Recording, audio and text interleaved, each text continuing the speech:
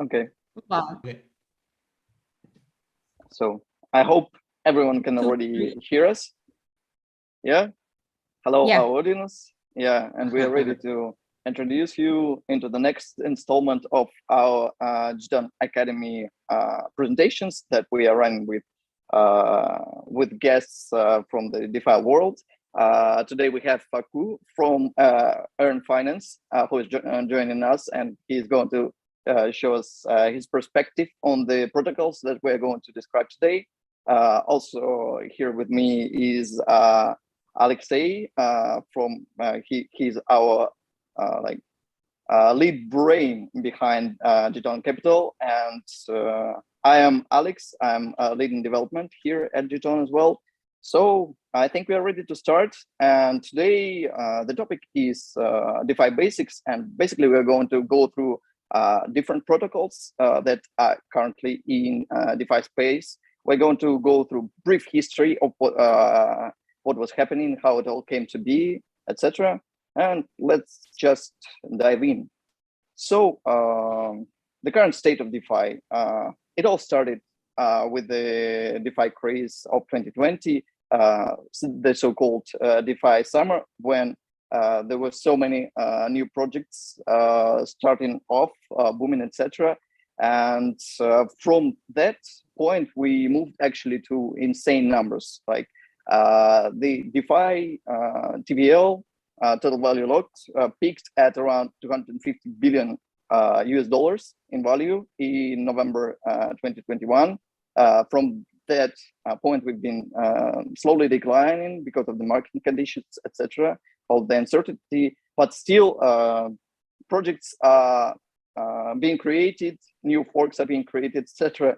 And yeah, I think like after the current so-called bear market, we're going to see a lot of new flourishing projects in DeFi space. And yeah, let's just go further. So the main thing in DeFi is actually to know how to do your own research, because all the projects that you are facing, they're all new. The majority of projects in DeFi are very complicated, and you shouldn't just go in with all your money and bring them into the new protocol that had just arrived. So please know how to do due diligence on the investments that you really want to make. And here we have listed some of the factors that you have to take into consideration when doing the research. I think here Alex can probably help us, because he's got a lot of experience with doing the research on DeFi protocols. I did a lot of my own research and lost a lot of money last year. I'm just joking, but here we can find some several important metrics. People are using it to understand the value of the protocol and its potential. Still, the most popular metric for the protocols is TVL, like how much capital is locked into the protocol. You cannot always trust this, because sometimes it can be double, tripled, and multiplied many times, because some protocols can issue some vault tokens and then it can be locked again and then locked again. So you can repeat it any times, and it's always increasing the TVL. But sometimes you can trust it, especially if there is good collaterals for the deposits, like they are liquid assets, and only of them are using as a collateral, so you can trust it. And one of the most important thing to compare the protocols you're gonna think about to invest. Non-financial advice, everything we are talking today. By the way, if you're gonna do something, you have to always distinguish two different things, like market capitalization and fully diluted value, right? Basically, some protocols, they have very limited supply which is circulating on the market, like 2-3% or something. And sometimes you can be misled, because in that case, the fully diluted value will be very high and the project will look pretty solid. But in the results, they have only like a couple of percent of circulating supply.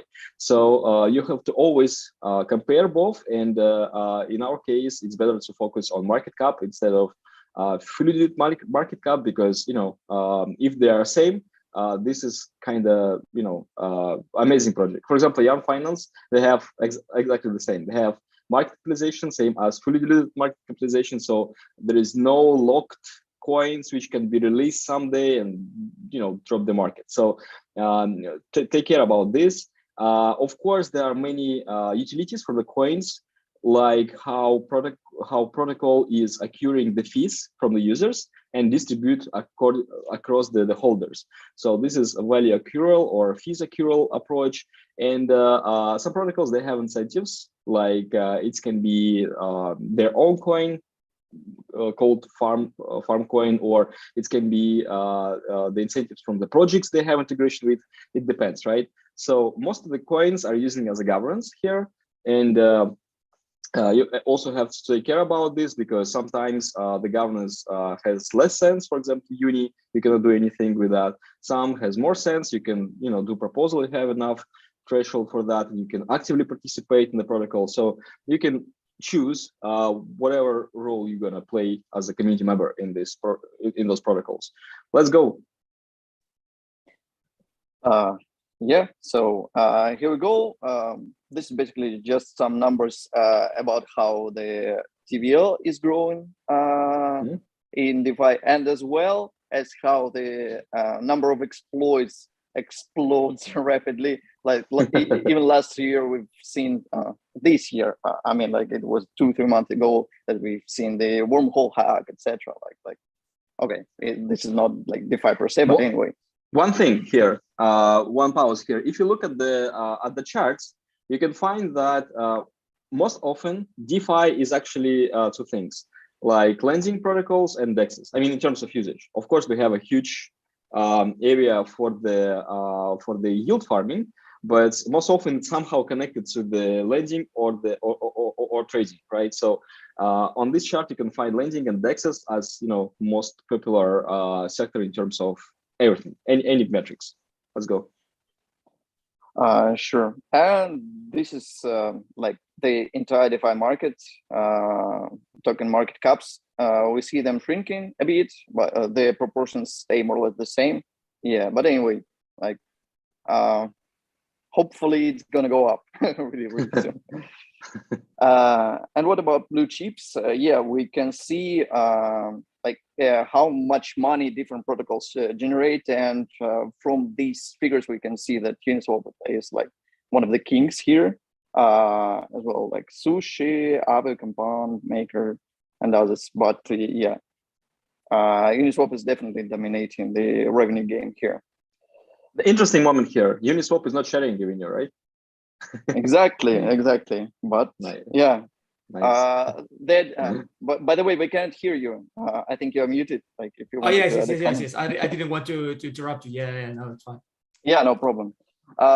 Yeah, but to be honest, like they're using this money for greater good, and if we see at the design of Uniswap v3, like it's such a complicated machine that was built with that money. So yeah.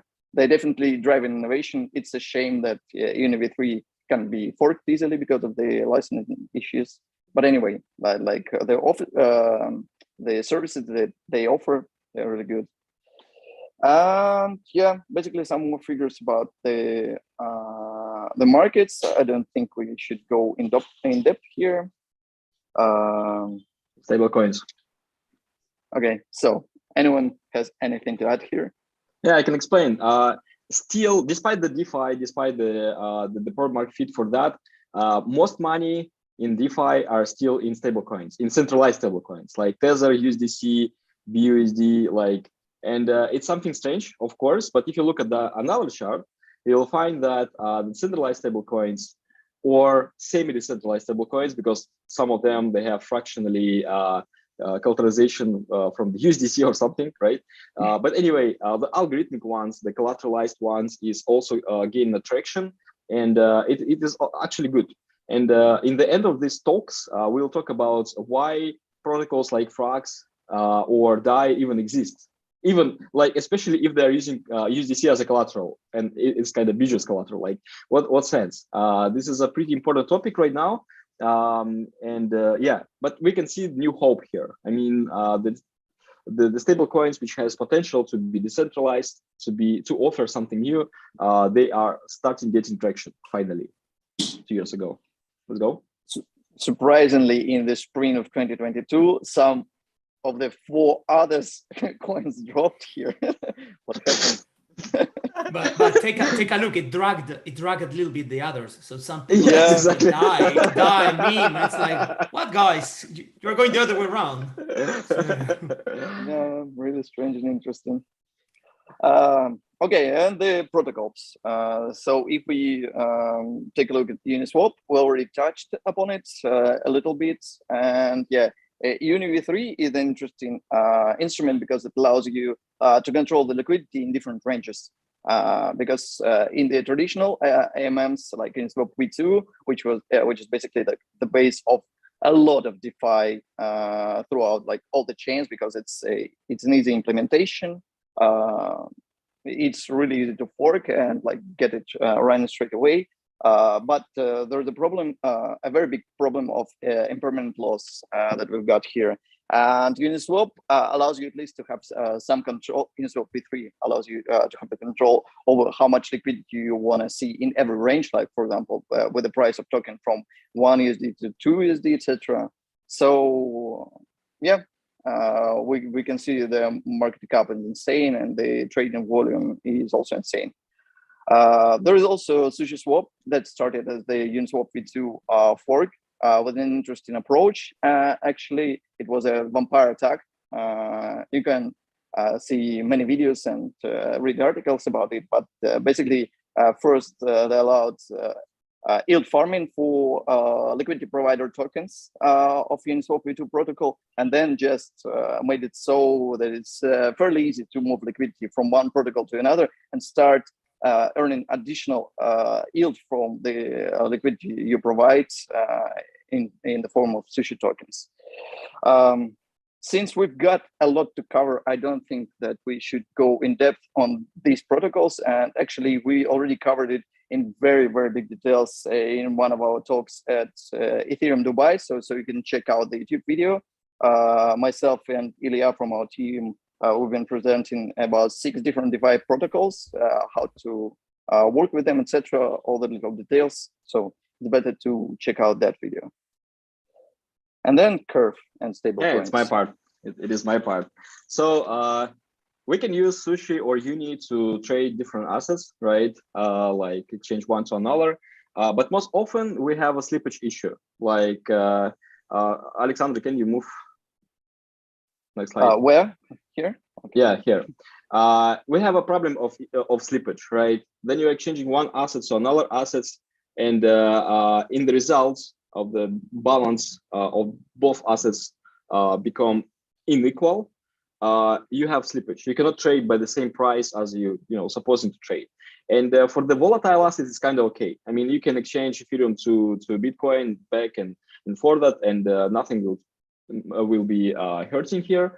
But for assets which has which have the same peg, for example, stable coins against another stable coin, or 2 different versions of wrap BTC, bridge BTC, you have some issue with the slippage because you cannot exchange one BTC to one BTC or one USD to one USD, right?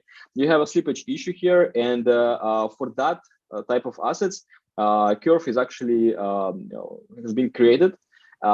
Originally, they called Stable Swap, like they have white paper with this name, but it's launched as a Curve. And they have a combination of 2 different approaches.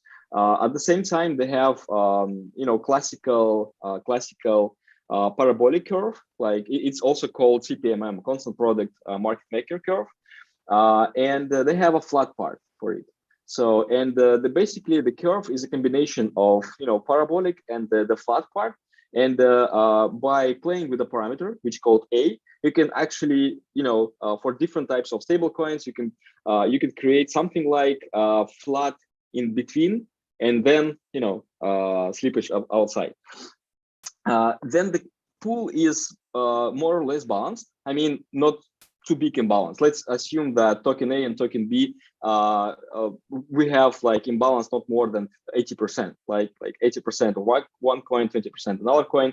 So with this range, you can have a stable curve, and $1 can always be changed to almost $1, like 99 cents or something like that. So this is really cool approach.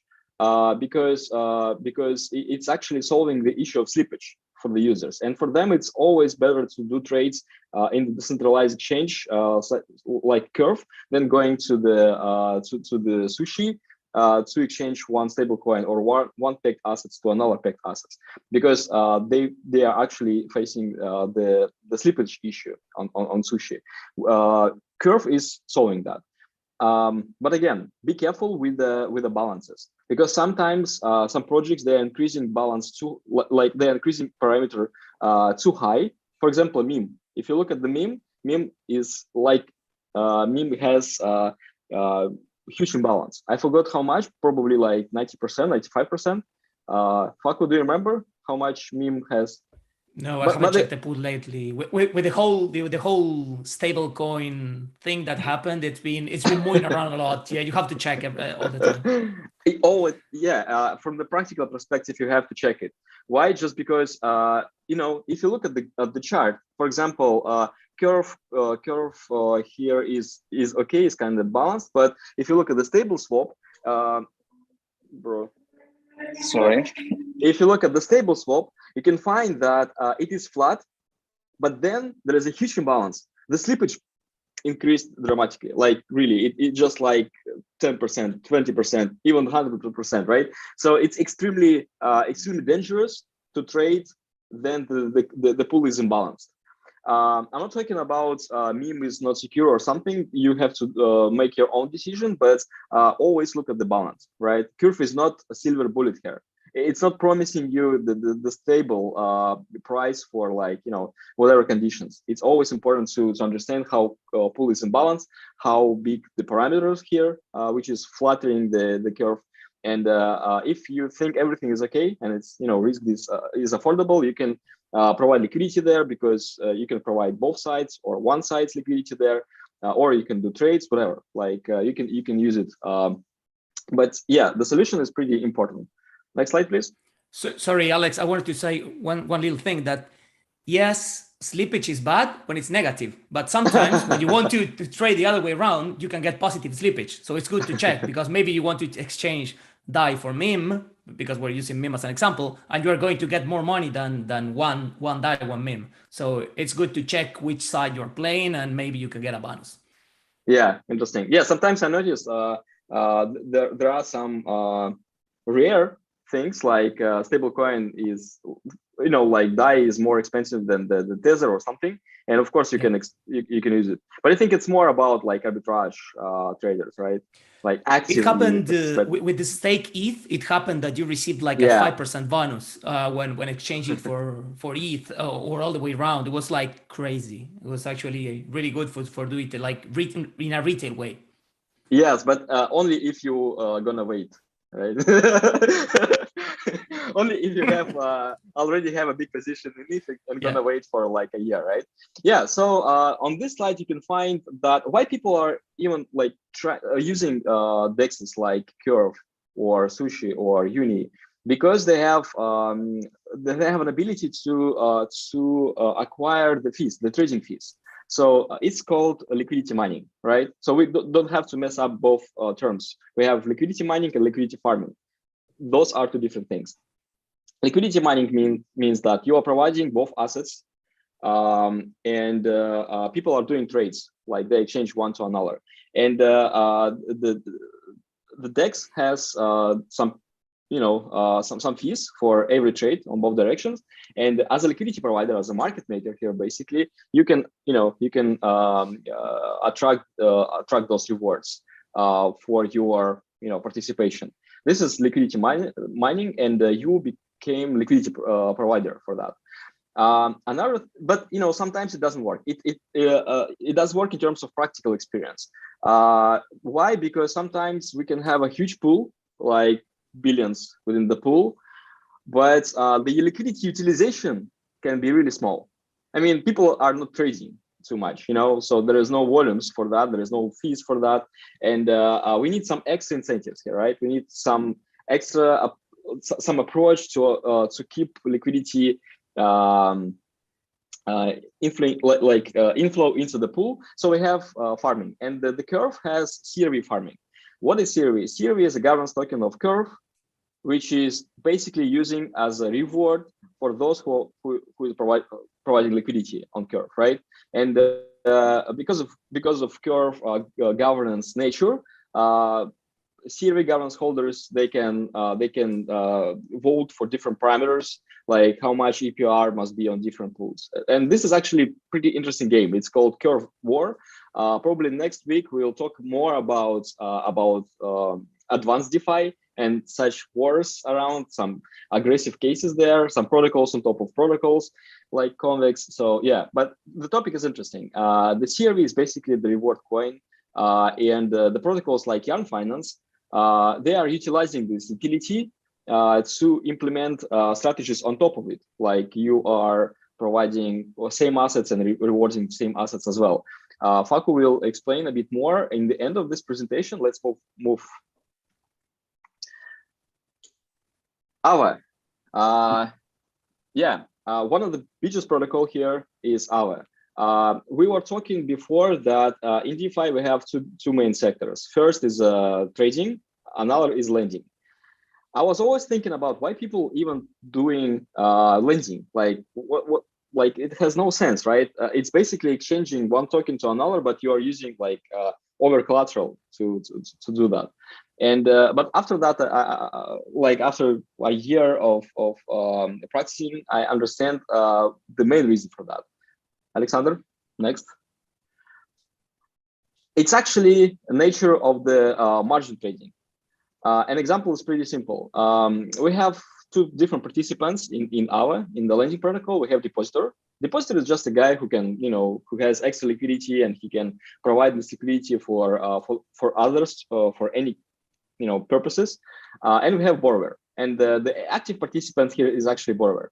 So the borrower is using his collateral, liquid collateral. Different collaterals has different parameters like security, risk parameters, like how much over collateral must be. But in the end, the collateral must be bigger in terms of dollar value than the money borrower is trying to borrow from the protocol, right? For example, we have to lock, we have to use as a collateral $200 ETH to get 100 in DAI, right? So, and then you're doing that as a borrower, you're also paying interest rate. You're paying because you borrow funds for your purposes. Why borrower is doing that? This is actually important question, especially for users who are not from the DeFi sector, from the classical markets. Like they don't understand why this approach even exists. Like it has no sense. You have crypto, you need crypto. Like what's the reason? Faku mentioned a good example. Sometimes you can find a good arbitrage opportunity. But for this arbitrage opportunity, you probably has to have enough DAI, like a stable coin, right? But you have only ETH, and you don't want to sell your ETH for current prices. So what you can do, you can just lock your ETH as a collateral, take enough amount of DAI, do your arbitrage, fix the profit, and close the collateral. Of course, you are paying some interest for that because you are using service, right? You're paying service fees, you're paying interest rates and some other fees. But if your trade, your opportunity trade is much bigger than those fees, this is actually a profitable operation. So this is why it's so popular. And the borrower is active participant here, right? The depositor is passive participant because he's just, he just deposited the funds and waiting for the interest rate. So this is how it works. Both sides, they have a win-win situation, right? One is borrowing, another is using this liquidity. So Alexander, next. And the thing is, the approach how Aave works, in particular, they have A tokens. Like, for example, you have DAI, you deposit DAI, you have A DAI, right? And this token has interesting implementations. Basically, rebase or elastic supply token means that every interest which is generating from your liquidity provision from the borrowers is increasing your amount of tokens on your wallet automatically. You're not doing anything. This is why you still passive, and you can always redeem it back. One token is always equal to the the token you used for the deposits. Alexander, next. So what else? Yeah, Ava is also allow you to redirect the stream of the interest to another wallet. So this is pretty interesting idea. Next one. Flash loan. This is important thing. Probably you noticed that a lot of protocols were hacked because of flash loan, right?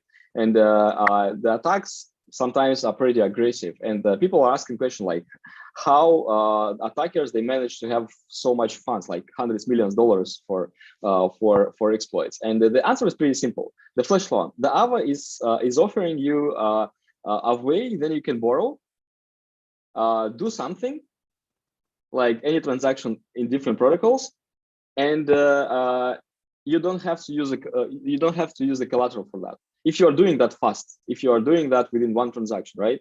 So it means that you can borrow a lot of money without collateral. So you can borrow a lot, and you can exploit some protocol. It doesn't matter. You can dump the Uniswap price or do whatever magic you are doing, right? And then you just send it back. If it's happening within one transaction, this is why it's called flash, because it should be implemented fast, and it should be implemented in atomic way. You are sending the borrowed money back, so the protocol has absolutely no debt, nothing. Like it's secure, but you have profit from another protocol. So this is why most of the DeFi exploits happening because of flash loans, because you can manipulate market, you can do a lot of things with that if you are doing everything properly. But this is pretty advanced thing. I hope we will talk about this later. Next. Alexei, sorry, one legit use case is that there are some legit use cases. If not, it's like flash loans are a bad thing. If you want to repay your loan with collateral, the only way to do it is with a flash loan, because if you get collateral out, you sell it, and then you repay, maybe you get liquidated or whatever. You can get into like a bad position, but you can use a flash loan to take a loan, repay your debt, and sell your collateral in just one transaction. So there are like nice uses to flash loans, not only exploiting. Okay, we have to actually frame it. How we can name it, like a legal use case, not illegal. Everything is legal here. It's a DeFi. Yeah. Like yeah, that's the interesting thing about DeFi. Legit use case. Okay. By the way, I want to add here that also there's this case for the loans. If you want to short one of the assets, so if you are pretty sure that the assets is going to go down in value, then you just borrow it, sell it instantly on the market, then wait for the price to come down. Pay back the loan, etc., and you get your underlying asset. So this is also like a pretty good use for the Aave and other lending platforms. Yeah, totally. And Maker. Yeah, the last one from my side is a Maker DAO, and we were talking about that in the very first stream about the stablecoins. But I think we always have to mention one important part. Alexander, next slide, please. Yeah, and the important part here is that we have three types of stablecoins: algorithmic, crypto collateralized, and the fiat collateralized, right? And fiat collateralized is dominating. We saw it. It's like a biggest market right now, hundreds of billions supply here and liquidity. The next one is crypto collateralized. And some of the algorithmic stablecoins, they always have some issue. The issue on the bear markets or any crashes, they are unstable still. I hope there will be more and more designs and protection approaches, but we have to mention that the DAI from the Maker DAO is crypto collateralized. It's actually stable coin, and it has proven many times that even during the biggest crash, this coin can be sustainable. And why it's sustainable? Because it's using over collateralization approach, and for the DAI especially the multi-collateral approach. Alexander, next slide. it works same as Aave, but instead of choosing what kind of assets you are borrowing, you're always borrowing the stable coin, which is actually minting during your borrowing procedure. So you are borrowing DAI. DAI is minting at that time. You are using over collateralization, and in that situation, you have CDP. You have collateral date position, right? With the DAI, currently you can use different types of collaterals, like Ethereum, USDC, Link. I forgot Yarn Finance as well. I heard it. You guys solved one important issue with the with the exploit using this, this approach. Yeah, and so this is how it works. Alexander, next slide, please. Yeah, basically, you can always redeem it back as a user. Next slide, please. And there is one thing: if the collateral is going down, we have liquidation. We forgot to talk about liquidation for Aave, but the example of crypto lending protocols almost like every time are same. We have the special participants who can participate in the auction, like who is suggesting the bidder's bet within a certain time, and the liquidators are basically liquidating the collateral to keep the system stable. Like I cannot say stable, equalized, right? So there shouldn't be more DAI than the collateral, because otherwise there will be deficit, and it's a bad situation. It means under unbacked assets. So those liquidators are liquidating positions. They're liquidating the funds which are using as a collateral, and most often it's happening as an auction. Alexander, next slide. And this is also, sorry, Alexei, when we see this bear markets, there's a situation where we see that liquidations start to happen and the price keep dropping because liquidators actually get ETH, sell the ETH, so that worsens, like make the situation even worse. So it's something to take a look at. When there's a bear market, especially with ETH, like there are tools that show you liquidation prices when you have a lot of loans, in which price range you have a lot of loans that are going to get liquidated. So you can like anticipate that the price is going to go like more you're going to tank more at those prices. Yeah, and this is an important question because this is actually something which is called cascading liquidations, right? Yeah, because exactly. then the price of collateral is going down, and we have a lot of position with the liquidation price at this level, this triggering the sale of the collateral. And if market is thin, like not liquid enough, it's dumping price even more, which is bringing more positions to be liquidated. This is why we need multi-collateral, honestly, because with the multi-collateral you have some protection, and the protection is if the assets are not correlating. Of course, in crypto almost everything is correlating, but let's consider the example after 5 years with the flying cars, right? And the crypto will not be correlated with itself, right? With BTC, I hope. So in that situation, with a multi-collateral, some assets are going down, but another are keeping on the stable or even growing. So you don't have the liquidation cascade. You have like more stable situation. But yeah, you're right. But those liquidations are really needed to keep the peg, because they are extracting the extra supply of stablecoin from the market, stabilizing the equilibrium, and this is how it works. But there are always another scenario. Then, for example, DAI pumped. I heard it like 5 times in my life, like 5 times DAI pumped, right? For different reasons. And so how it's actually solving? People are issuing more DAI by using their collateral. Like they have ETH, they have some value of ETH. They are putting it to issue more DAI. They are selling DAI with a premium. They are getting profit. Everything works fine. So this is how DAI is actually keeping the peg. Alexander, next slide. And this is a proof. Actually, this is a proof. We can see DAI is keeping the peg despite the crashes.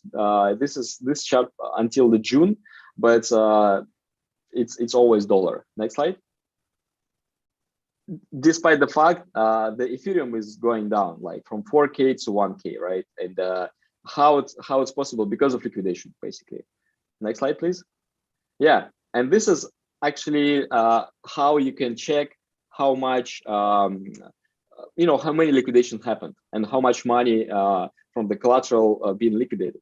So you can see the market cap chart of the DAI, and you can see that during the Mai crash, the supply of DAIs went down, right? So it means that people actually were liquidating the Ethereum and another assets, of course, which are using as a collateral for DAI. So this is how collateralization works.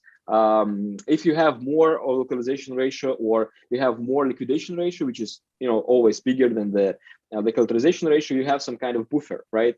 The bigger buffer you have, the less impact on the market you have, because it's it has more time and require less momentum liquidity for the assets to be liquidated. So sometimes playing with the parameters, it is easy to create the more sustainable feature. So this is why we need governance in the first place, because governments can somehow decide what parameters are good or not for the protocol.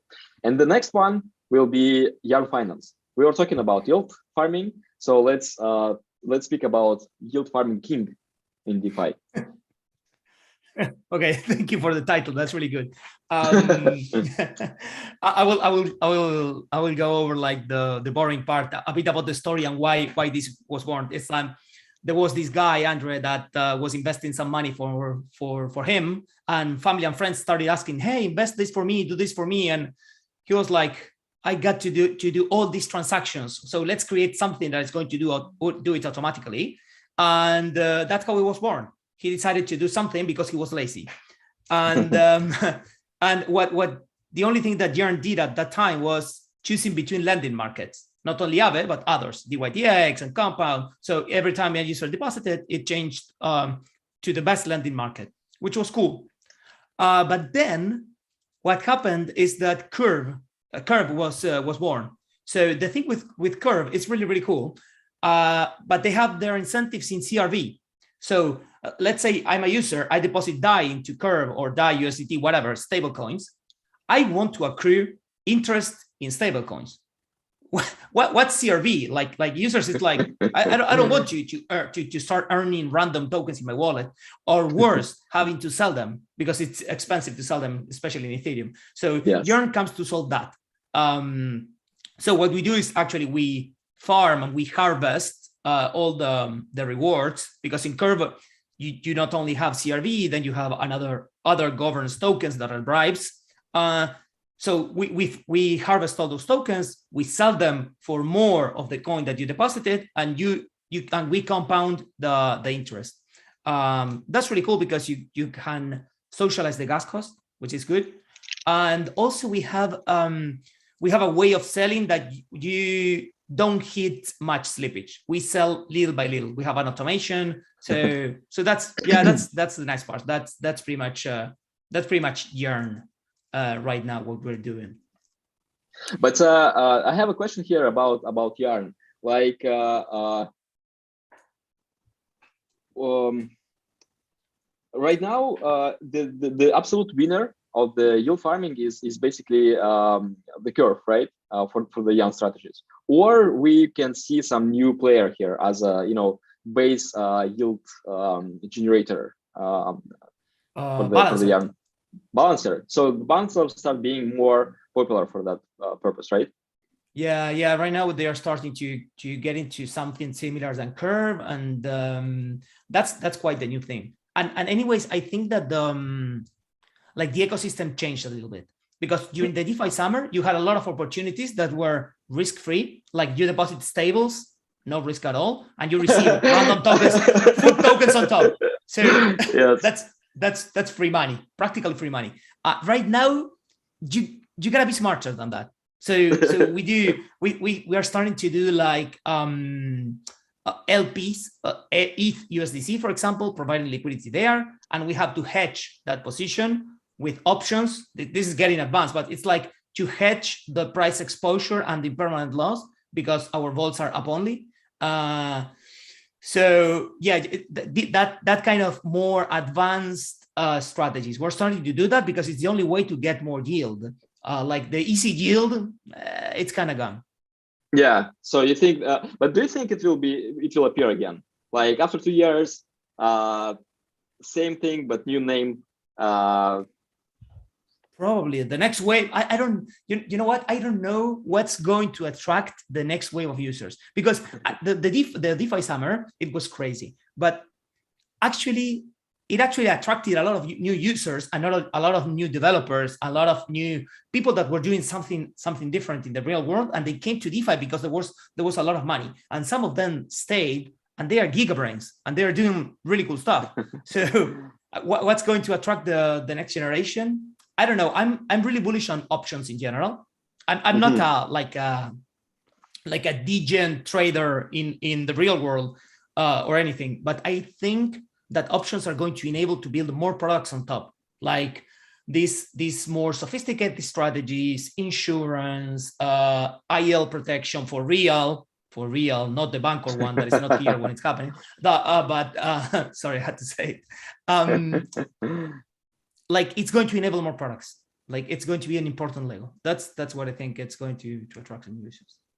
Interesting. So you think that there will be some new pump. What do you think about GameFi? Can it be somehow merged with the DeFi? Like for whatever reasons, it can be game around options or whatever. What do you think about that? GameFi. I don't know. It depends on the day. Sometimes it's like, because I will give you the other way around. It's I don't have a really strong opinion on GameFi because it's really difficult. When you start playing a game because you earn money, it's a job. It's not a game. Work to earn model. Yeah, it's not being a game. So, but some time ago, from a friend that have kids, I don't have kids, but he has kids, and I was saying this, and he said, "But take a look at Roblox. Roblox, you earn in-game money, and kids play it. So it's like, whoa, okay, maybe there is a way. We haven't found it yet to build like the real GameFi, not this games that jobs that look like games. I don't know. Yeah, I hope we do. I hope we do, and we can incentivize people to have fun, and in the meantime earn some money, but not play to earn, because it's the name actually. Play to earn. Play to earn is working. Sorry. Yeah, it's true. Or taking risk actually. If you're taking most risk, likely, you also can. most likely it's going to be like the traditional gaming companies are going to enter the market, and they're going to disrupt it and really like create the tokens on top of the existing games. Although like there was the recent Ubisoft controversy when they wanted to introduce some like NFTs, I think, within the games, and it was an instant backlash from the community, and they just stopped the project within a week. So yeah, it's a tough one. I think to your point, I think you have a very good point, because when I talk about NFTs, like the technology, I try not to use the word NFT, because the word NFT, but it's real. It has a negative connotation with some people. Like the huge pushback with the community was actually because they hate NFTs, probably because they don't understand the whole idea behind it or whatever. But they saw like people making a quick buck or whatever. So like, I think we're going to need to change the name because it has like a lot of negative weight on top of it. That's my personal opinion. Yeah, like ICOs. Yeah, that's true. Alexander, may I ask you to open the last slide here, because we are going to the discussions and the questions from the community. We have a lot of questions actually, and also from the previous stream. So some people are arguing like why we didn't answer their questions during the live stream. So let's answer.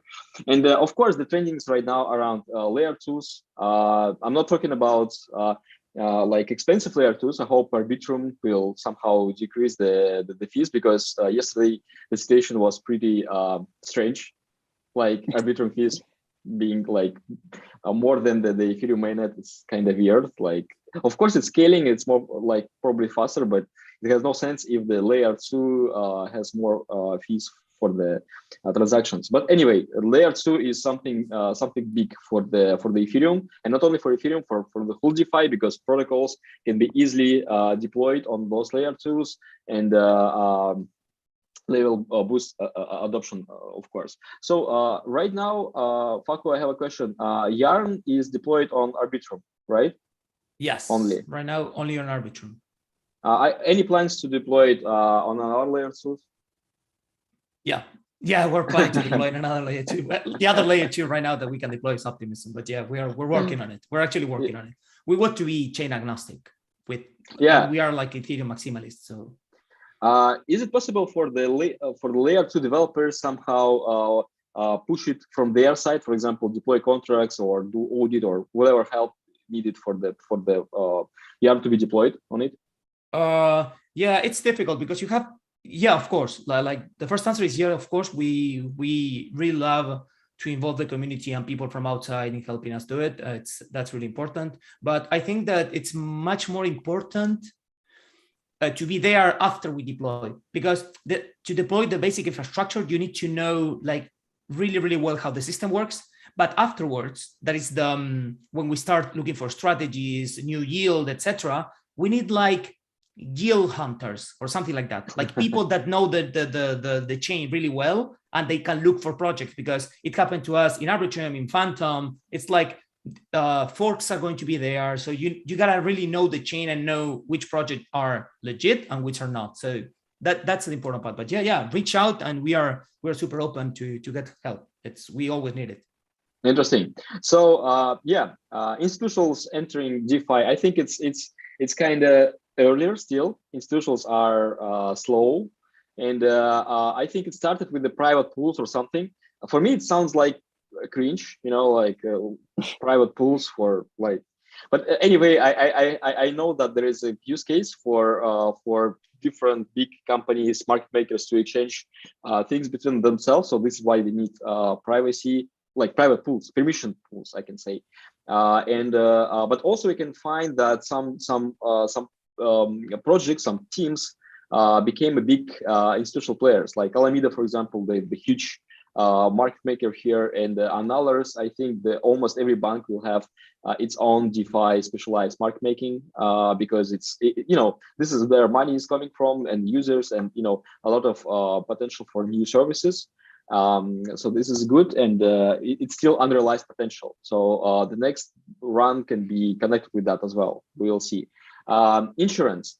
Honestly, I'm hearing about insurance like since 4 or even 5 years, and it's still not there.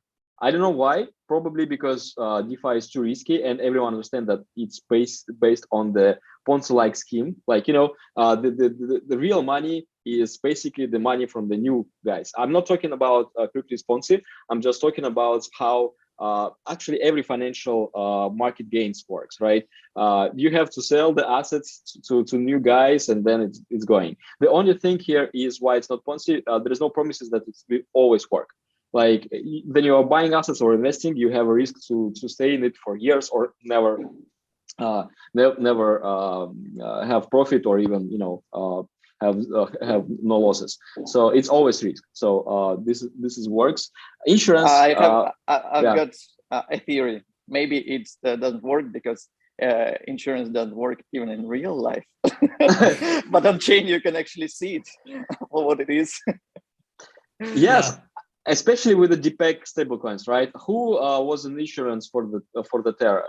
Like I remember a lot of players, but they are silent. Like no one even talking about that. And I haven't heard that they were bankrupted because of this. It's like it's working on the paper, but we know. I hope, as Faku said, we will have more instruments like decentralized insurance instruments, like credit default swaps, options, which in the combination of different mechanics, they can actually work as an insurance. So like and insurance, I think it's also something that is going to enable more institutions to come in, because it's real that it's not working in real life, because they say they don't want to pay, and that's fine, because that's their business, that's how they make money. But rules in crypto are different. So an insurance protocol that is not paying, it's not going to survive. That's the good thing. Like users are empowered. I think that's why there's not much insurance business in crypto right now. But when we got it right, we managed to develop something right, or something managed to do it, I think that's going to enable institutions also, because they like to play it safe usually. Of course. But it's also connected to regulation, I think. It should be some kind of mix between. Yeah. Let's do faster. So yeah, GameFi we discussed already. Metaverse, NFTs we discussed already. DAO 2.0, probably it means that we'll have more DAO primitives for the projects, like, I don't know, bonding, for example. It's a good approach because it's basically the approach for infinite ICO, right? You can infinite sell your token and generate some revenue. Probably things like a protocol owned liquidity. Then the protocol itself keep all the liquidity and somehow managing the liquidity across the dexes or even sexes. This is also important thing. So yeah, the DAO is still here. But yeah, we need more and more primitives around that, because it's really how it works. It's make things effective. And before we will end, let's answer the community questions. I personally promised to answer questions from the previous stream, which was about DAOs and treasuries. Let me open the online chat and find it. Is every DAO project Olympus DAO fork? No. Basically, most of the DAO projects are multi-sig based on Gnosis. Can you please explain treasuries from the basic level? Treasuries is basically the account several people or token holders based on different rules, like how many signatures must be to sign the transactions, and they are collectively control the money on the account. So this is what treasury about. Are DAO projects safe? Depends on the DAO. We have seen big dump in DAO projects recently. Why is that? Because some people are more greedy than others. It's correlated to ETH. It's like everything dumped. Yeah, but also, like then the Olympus started, and then like hundreds of forks, and then like we have capacity of capital, like liquid capital, right? Yeah. And of course, you cannot print 10,000% APU and think that it will be like for years. It just doesn't work. Free doesn't work, guys. It's just trap. Yeah, that's true. That's true. Okay, let's go. One second. Why then Ethereum Classic costs less than the hard fork main chain? So it seems like majority of people doesn't care about the hard fork. It's true. People don't care about hard forks, and Ethereum has its own ecosystem. They supported the main version, so this is why it is. Ethereum Classic, it's like niche chain, smaller community. They have their own path, but we are not experts in that. What else? What do you think about the existing legal frameworks without diving into deep? About legal frameworks, it's one of the most difficult questions, especially for the DeFi developers, because then you have a smart contract. Who can regulate it? There are many options with the DAOs officially registered in Wyoming, or I forgot the second jurisdictions, but there are some frameworks. Most of the foundations, they have entities like non-profitable entities in Switzerland or somewhere. But some projects, they have no legal entities at all. For example, Bitcoin has no legal entity, right? And I think that the more projects will have no legal entities. Some they have in Caribbean Sea, some companies to actually work with the banks to hire the team to do the operation. Some have affiliated entities, but not like entities behind. So it's a tough question. I'm not sure we can explain it right now. What do you think are the best examples of true DAOs? So here, since we are talking with the FACO, I think Yarn one of the best example, because it started from the one person, and this person is not involved anymore, but the project is still here, has a lot of plans to develop it, right? Yep. Yeah, totally. I think that the good point about Yarn is, and it's not because I'm one of the contributors there. It's good because of why Andre did it. Andre did it because he was lazy again. He didn't want to maintain the thing, so he said, "Okay, I will release this token, and I'm not going to give any to any VCs or anything. I'm going to give everything to the community, and I hope that there's a group that want to sustain this and pump their own bugs," which makes sense. You get a bunch of free tokens, and you have the opportunity to pump it with your work. What you're gonna do? You start working. So I think that's why it worked, and I think that's really cool. It has its challenges around organization because we are a DAO, but we are also an horizontal company, so no bosses. So people ask me, what's your title there? And I said, it depends. If you need me to be head of marketing, I will be head of marketing. If you need me to be coffee maker, I will be coffee maker. I don't have a title. I go where the trouble is, and when I see a gap that I need to fix stuff. So I think that's what most of the contributors do. They specialize in one area, but they are like roaming around fixing stuff. But I think that alignment, like culture alignment about how to work, and an organization are the more important stuff, and also the challenges there. Yeah. I think, the Yarn one, the best example here. Sushi probably also, right? Yeah. Because I heard they have a lot of plans as well, and pretty ambitions. And some DAOs are more centralized, some are not so centralized. We are talking about like more or less decentralized DAOs, because sometimes, especially in the beginning, most of the DAOs are dictatorship, and sometimes they're just asking holders like, is it okay or not to go? Actually, the G-Town Capital is kind of centralized DAO, because we are asking holders about, is that okay with the with what we are doing, how we are seeing the picture, what we are building, like, and if everything is okay, holders are agreeing like what we are planning to achieve. But of course, the more capital will be, the more people, the more things will be around. We have to decentralize it, and I think another way to decentralize it, basically to use the delegation. Some projects are using delegates right now. For example, Optimism, they have delegates, right? And after that, probably you can have more and more sub DAOs, like different departments.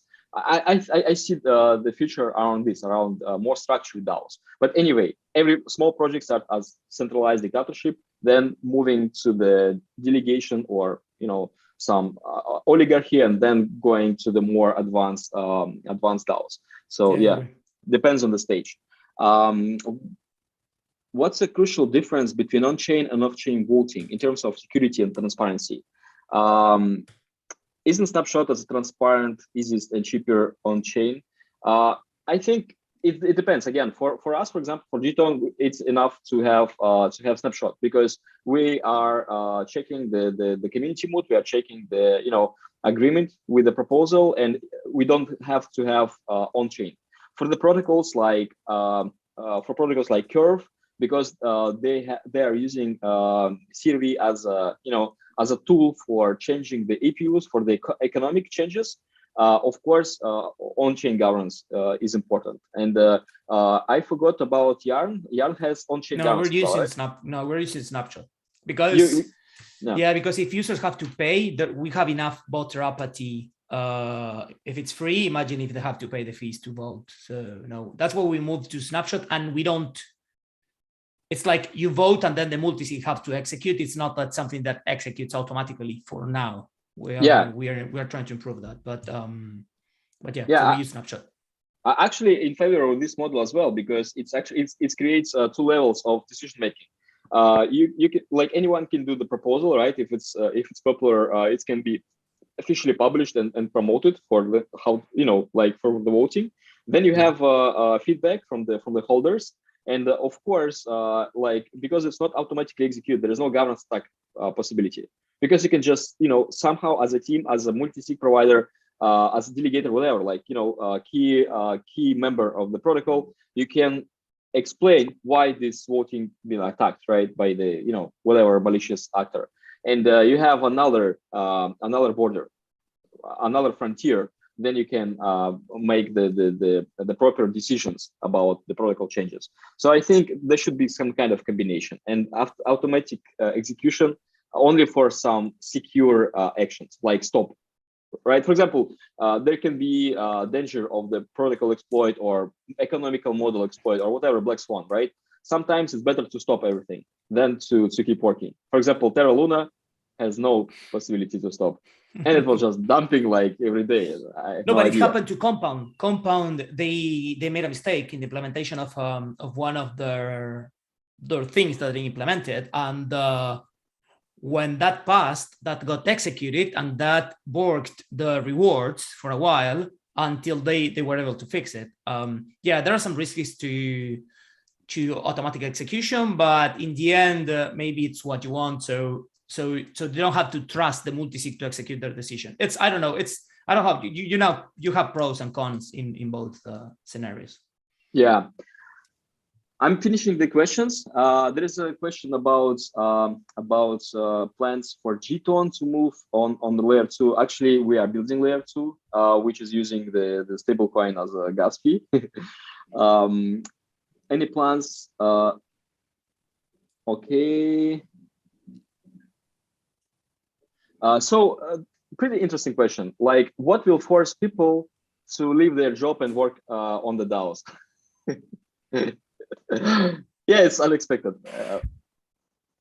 Well, in the bear market or in the bull market, in the bull market, salaries. But I think there are a lot of factors. It depends on you. Some people are because of freedom. Like, I can talk about Yearn. I don't know how they work in other protocols, because there are other protocols that are more structured. But at Yearn, you don't have like a schedule. You don't have to work from 9 to 5. Actually, we are all around the world, so we are working 24/7. So if you decide that you're going to live a vampire life and you're going to sleep during the day and work during the night, fine by you. If you're going to move to another time zone, fine by you. So I think that flexibility, and in general, I think that blockchain protocols are more used to be remote and are more flexible in terms of freedom. You can be working from the beach. Like, that's not real. Like, that's the dream, but it's not real. Usually, like, you're working from the beach, it's not really comfortable, but you can do it if you want. Like, go on the mountains and you have a reception, you can work from there. I think that's one of the reasons. Yeah, to be honest, working from the beach is kind of uncomfortable, because sun is it's not a good thing for and the laptop gets really hot. It's like... We all try to work from the beach.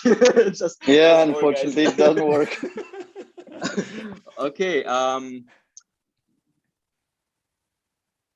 Okay, I think this question from the last episode is done. We have a few from the current live stream, and let's answer them, and then it's time to finish. So, can you talk about DeFi rug pools? How can we detect them and avoid investing in them? Fuck, what do you think about it?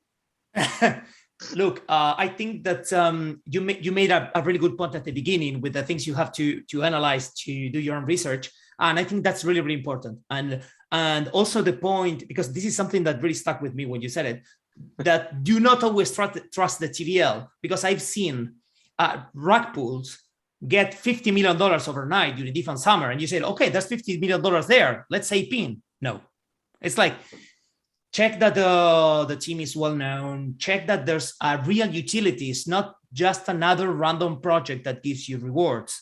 And if you have a technical background, you can check more stuff, but that are much more advanced. But if not, you have to kind of trust in the assessment of others. Like, check Twitter, check for people that really know what they're doing. If they are saying that the project is legit, it probably is. And let's hope that your funds are Safu and not Sifu. Yeah, by the way, it's not always works. Again, with the Terra, with the Terra Luna, like everyone, almost every crypto influencer said it is legit, right? Yeah. Well, but then, there's one really important thing that they always say is you have to research where the yield is coming from. If they're giving you 10K% a year, that's coming from somewhere. And if you don't know where it's coming from, the yield are you. So people are dumping on you. So if you don't want to be the yield, just figure out where it's coming from. So, because maybe that's okay. If you know you are the yield, you got to exit early. So others are the evil. Just by knowing it, you can take preventive actions. If you don't know it, this will be framed. This will be framed. Exit early. But yeah, it sounds funny, but yeah, it's very true. Okay. Even sushi almost struck pools. So you never know.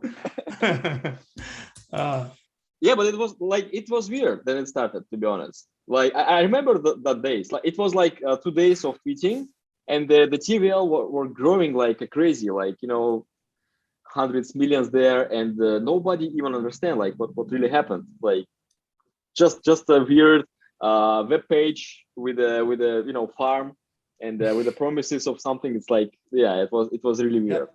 It was like, most of the rug pools look the same, but sushi somehow legit right now and doing great stuff, but not all of them. Yeah. Some rug accidentally. For example, Yum. You remember this thing, right? It was pretty hyped back in the days. I'm a proud Yum holder, actually. Which day? Which versions? No, from version 1. I migrated to version 2, and I think that there's a version 3, but I didn't want to burn gas just to migrate to. But yeah, I'm a proud. I have a POAP saying that I was part of the community donating the yams. It was cool. I met Will Price actually, and it was a cool experiment. So yeah. Yeah, but anyway, this is like unplanned rug, right? Anyway, it was a rug, but unplanned and accidental. So of course you cannot, like, every time you're investing, you have a risk. Like every time, just be careful. You can lose everything you have. Nothing is protected. How you will explain DeFi to your grandma? Is there any simple way to explain DeFi? It is very hard. Like in my experience, if you want to trade coins without sharing your passport, probably DeFi is a good option. If you're gonna keep something to earn interest, it's a good option. But this is all. I cannot explain it easier. Fuck, what do you think? How you can explain for your grandma? I actually explained it to my girlfriend's aunt. She's like in her 60s. It took me like 3 hours in a night, also because it was in French, so it made it more difficult. But she was in banking. The interesting thing is that she was in banking. She worked in the banking industry, and some stuff, like, it didn't make any sense to her. It's like I think that you have to start saying, okay, forget everything you know about the finance and the traditional system, and listen me up and just believe me.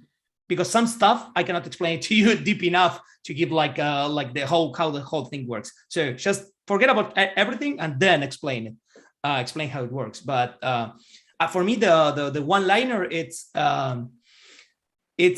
like it's a system parallel to the traditional system, which is more transparent and with less intermediaries.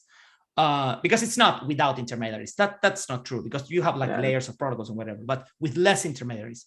I think that's the one-liner for someone that wants to explain DeFi, like, what's DeFi? It's that, bye, see ya. So don't get into trouble. Give the one-liner and go away. It always sounds like a magic, always. You can just see their eyes. You're explaining and you see that they're listening like an absolute, like, I don't know, conspiracy thing, like whatever, like spiritual magic thing. You're working on a lot of new words you are using for that, and nothing in their eyes, but sometimes you can see the hope. They see that they can make money on it, They don't know how. That's a problem.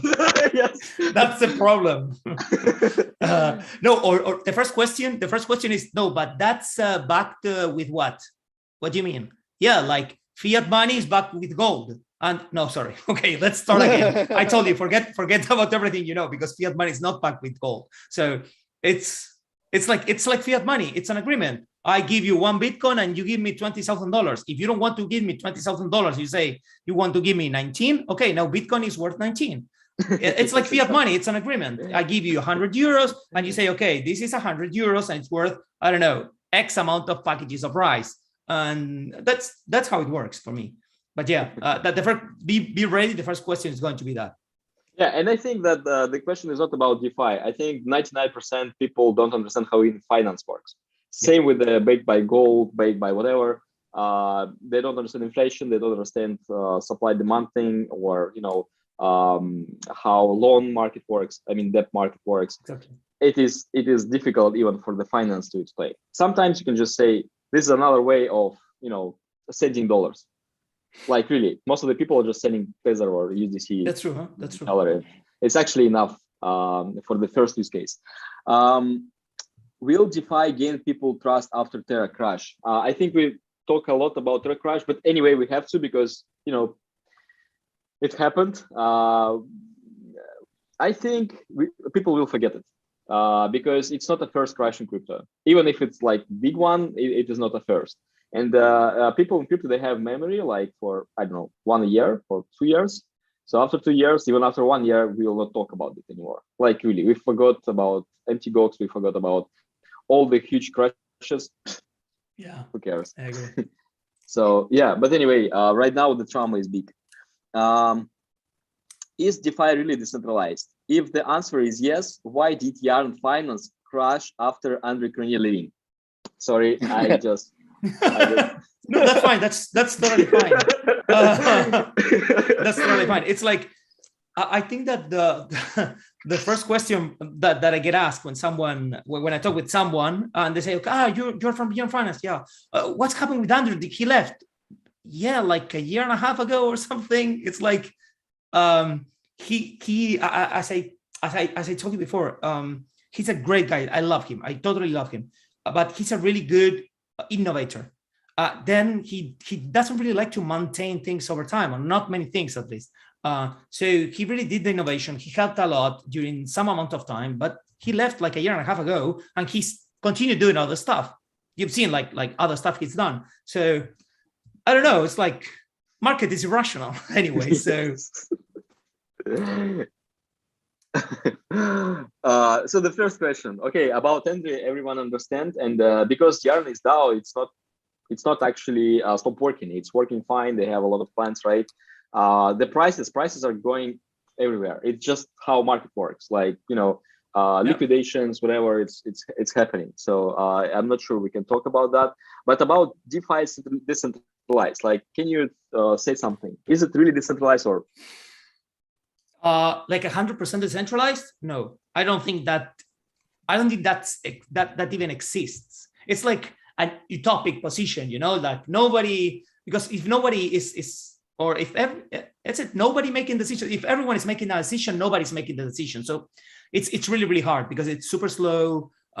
So I think we are going like to decentralization. We are always moving to a more decentralized DeFi. Some companies are fully centralized and they know it. And we have a recent example, Element Finance. Element Finance was 100% centralized. They worked during a year like that, a year or so, and then they launched the governance and decentralized the protocol. So it's like, you got to do it step by step, because if you start decentralized, it's really, really, really challenging to move fast. Because when you have more voices, decisions take more time. So it's, and for me, it's like you have pros and cons, and you have like, and you said it before, you have like different stages in a protocol. So you can start centralized and then become more decentralized, but 100% decentralization, I don't know. It's UniB1. UniB1 is 100% decentralized because it's a smart contract. It's running even today. There might not be much liquidity, but it works without any human interaction. That's pretty cool. Yeah, but at the same time, it's not usable right now, right? Yeah. Because of UniB2, UniB3, and a lot of optimizations here. Thank you. Awesome. And again, the question about Terra. Okay, let's answer it. Do you think that algorithmic stablecoins work after you use TMS? What the alternative? I think, Alexander, you can open the slide with the classification of stablecoins, and we can again explain it. Or you cannot open. With the classification of the stablecoins. So we have, like, sometimes people are messing up algorithmic stablecoins with the collateralized stablecoins. And I'm also doing that because crypto collateralization is also algorithm, right? But it's right now we have to distinguish things. we have to say that crypto-collateralized stablecoin is one thing based on the lending and borrowing thing, right? Algorithmic, it's another thing. This is actually the whole story about peg protection based on speculation, tradings, bonds, whatever, and the fiat. So about algorithmic stable coins, it is really depends on their insurance, like how they are managing funds, probably centralized, decentralized, whatever. It's really important here. Probably Frax is a good example here because they have big treasury to maintain, but again, no protection that it will not be depegged or something, right? It's just how they're working right now. So Terra was really aggressively pumped recently, and if you look at this, it was absolutely irrational how it was developed. And yeah, so I think people will realize that stable coins are not the same. They have different design models, and the crypto-collateralized stable coins by default have more stable and protected approach for the peg and the stabilities. And the algorithmic stablecoins, we will see more experiments here. Probably right now there will be some kind of pause in this direction. But let's see. I don't think it's ended. Like we have to see more experiments around different stablecoins. Moreover, I think that there will be more algorithmic stablecoins don't peg to the dollar but peg to another volatile assets, because with volatile assets it's easier to keep the peg. You're not promising users to keep funds in something stable in terms of dollar, right? But you can say it can be stock or whatever, which has its risk. So and after that you have more intersection between risk takers, and it works another way. So probably the experiments around that will work. Paco, what do you think? Alex, what do you think? I think that an interesting thing to do some research, if someone is interested, it's because these are dollar pegged or fiat pegged stablecoins, but there's something that that is called RAI, like DAI, but with power, that they say, okay, RAI is stable because one RAI is going to always be one RAI, which is fine. that's stable. But they decided like a weird number, I don't know, 3 point something, and I think that they say it's going to be, I don't know, that plus the inflation or something like that. But the concept of not pegging stable coins to a fiat currency, it's interesting. And I think that's something, if someone wants to do more research and get into like more weird stuff, like more revolutionary stuff, like you have to forget everything, right? It's a good thing to research. Yeah, it seemed like to be pegged to universal reserve rights, like the basket of different currencies, some corrections here. Yeah, I think it's a question about should we think in dollar nomination, or we have to be more progressive in that sense, right, Alex? But it all depends on liquidity, because in the end, price depends on what you can really buy with an asset.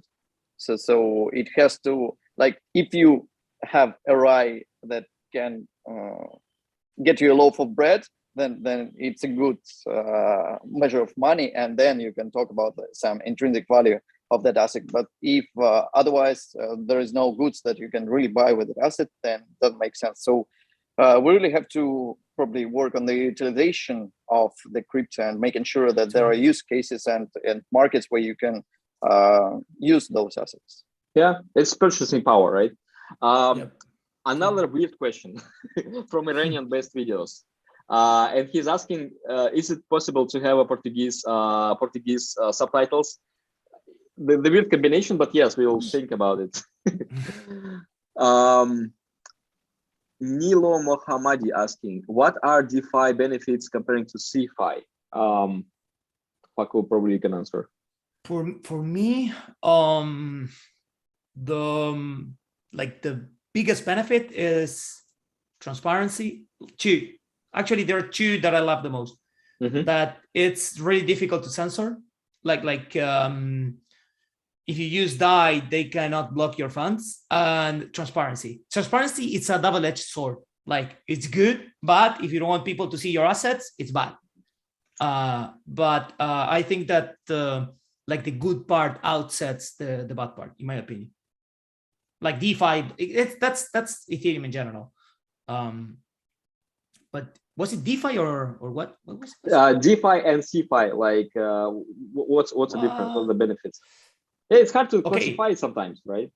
No, yeah, no. I don't know. That's DeFi. It's for me. It's like even more explicit. Because in CeFi you have to trust in someone else. Yeah, doesn't matter who, like Microsoft, Binance, whatever. Well, Microsoft no, but Binance, Stripe, PayPal, whatever. In DeFi, no. There are some people that say that code is law, but without getting into that, you just have to trust in what the smart contract is doing. And the good thing is that humans can be erratic; they can do whatever they want. Smart contracts, they cannot do whatever they want. They only can do what they were programmed to do, good or bad. But that's what they're going to do. So the trustlessness of DeFi, I think, is one of the most important values. Yeah. Let's move forward. The question from the Momo Matsuwa. What research articles would you recommend about DeFi? I can answer from my side. I'm always using Finematics. I think it's one of the best, tool, actually YouTube channel. And in articles as well, explaining the protocols. But if you guys knew something else, please recommend. Supermassive. I like the YouTube videos he does on Twitter. For me, those are the best sources of information. Supermassive because it's a little bit fun. Twitter. Yeah. Also. Alexander? And the same as always, like Finematics and stuff. Lobster Daily. Yeah, Daily is really, really good. Of course, but sometimes it's pretty detailed. And especially when they're discussing some gossips and blah blah blah stuff, it's not educational. It's like a combination of community talks, opinions, and the research. I think, but it means that there is still place for the educational content, right? Sometimes you can use Binance Academy or Gton Academy as well. So I think we need more information and content with explanation. So yeah. I was told that we are running out of time, so we should probably choose one last question to answer. And then... 3 questions, okay? Because I'm going to choose. Okay, that's the DeFi way. How many? Well, okay, 3. Yeah, no one. It's centralized. About top projects, we will not answer. About best chains, guys, we cannot answer. Like, is Phantom is good or not? It depends. Like all the chains, they have pros and cons, so you can choose. 3 things what will boom in the next end of year. We already spoke about that. Why insurance is not that popular? We already spoke about that. What strategies can be for user? I mean, general user experience for one user utilizing 2, 3, 4 protocols. I don't understand the questions properly, but if you're using like DeFi strategies, you can just open Yarn and deposit funds there. Choose the APR. It works smoothly. What protocols you are personally use? We are using Yarn as well, Sushi, and all the protocols we explained. And will L2 DeFi will be more popular on YouTube? Have no idea. We'll try to make it happen. We're done. It was actually more questions, but I think we covered everything. Okay, guys. So thank you very much. Thank you, Faku, for joining us. Yeah, and your input was invaluable. Alex, you talked a lot. You explained everything. So thank you to you as well. And yeah, we're really glad to be talking to the yourself. No, thanks for having me. It was really fun, and I had a great time. Yeah, it's mutual. Thank you so much. Thank you, guys. Thank you, guys. Follow the Twitter, follow YouTube, and next episode will be next week. Thank you. Bye bye.